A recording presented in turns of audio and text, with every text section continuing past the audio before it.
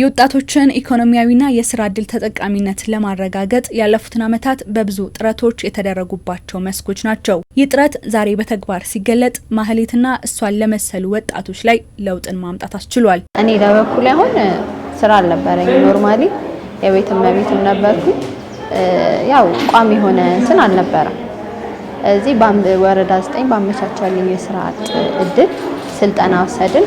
እስከ 6 ወር ከፍተኛ 4 ትምህርት ቤት ለ6 ወር በምግብ ዝግጅት ወይም ደግሞ ፉድ ፕሪፓሬሽን በፕራክቲስ እና በቲዮሪ ተማረ።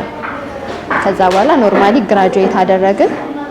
ግራጁዌት አድርገን ይሄን መሰለ ወርክ ስፔስ በክፍለ ከተማችን አማካኝነትና በኤንጂኦ አማካኝነት ይሄንን ስራ ዕድል ተመቻችቶልን ለመስራት ችለናል ማለት ነው። ፍላጎት ነበረኝ የፀጉር ስራ በተለይ የጥፍርና የሜካፕ ስራ ላይ በጣም ፍላጎት ስለነበረኝ ተመዘገብኩ። አስመዘገበችኝ፣ ሄድኩኝ፣ ኮርሱን አየሁኝ። ምን አልኩኝ፣ ኮርሱን ካየሁ በኋላ ወደ ስልጣኑ ገባሁ። ከዛ በቃ እየተመላለስኩ ማር ነበረ። ግን የሰጡንም ትምህርት አሪፍ ትምህርት ነው። እዚህ ድረስ አድርሰውኛል። በመዲናው የተስተዋለውን የስራ አጥ ቁጥር ለመቅረፍ አዲስ አበባ ባለፉት 5 ዓመታት ወጣቶችን በስራ ፈጠራ እንዲበረቱና ወደ አምራችነት እንዲሸጋገሩ በርካታ ምቹ መደላድሎች ተፈጥረዋል። በዚህም 2.2 ሚሊዮን የከተማዋ ወጣቶች በቋሚነት የስራ ዕድል ተጠቃሚ መሆን ችለዋል። መስሪያ ቦታዎች የማመቻቸት፣ የብድር አገልግሎት የመስጠት፣ ኢንተርፕራይዞችን በማደራጀት ወደ ስራ እንዲገቡ ማድረግ ነው።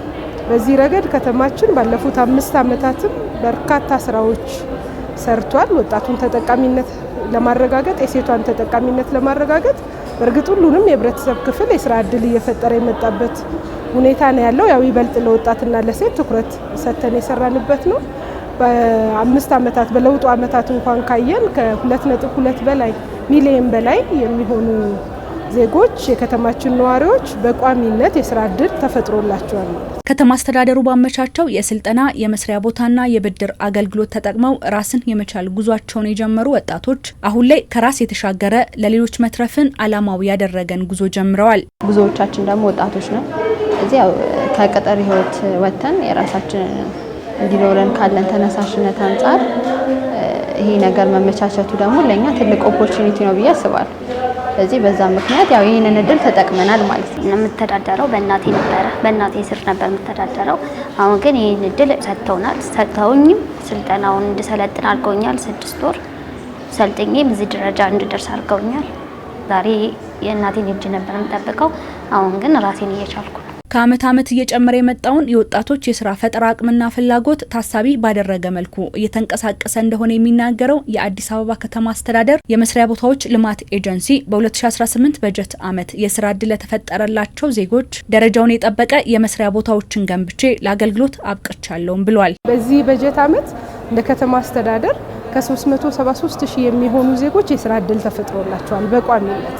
እነዚህ ዜጎች የስራ ዕድል ሲፈጠርላቸው ቅድም እንዳልኩ ምቹ ሁኔታዎች እንዲፈጠር በማድረግ ብዙ ስራዎች ሰርተናል። አንዱ መሰረተ ልማት ከማሟላት አንጻር፣ ሁለተኛ የመስሪያ ቦታ ከመስራትና ከማስተላለፍ አንጻር ነው። በዚህ በጀት ዓመት በርካታ መስሪያ ቦታዎች ሰጥተናል። 5500 በላይ ያልኩ ሱቆች የተሰሩት በዚህ በጀት ዓመት ውስጥ ነው።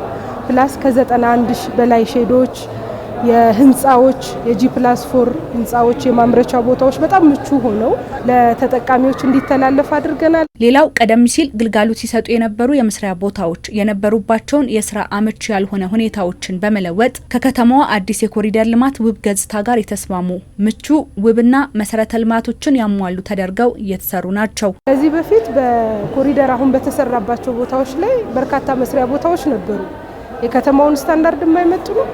በዛ ላይ ደግሞ እዛ ቦታ ላይ ስራ ዕድል ተፈጥሮለታል የተባለው አካል ምቹ ሁኔታ ሳይፈጠርለት ቆርቆሮ በቆርቆሮ በሆነ ለአደጋ ተጋላጭ የሆኑ መስሪያ ቦታዎች የነበሩ ከ5500 በላይ የሚሆኑ ሱቆች ኮሪደር ልማት በለማባቸው ቦታዎች ላይ ሰርተን ለተጠቃሚው እንዲተላለፍ የማድረግ ስራ ተሰርቷል።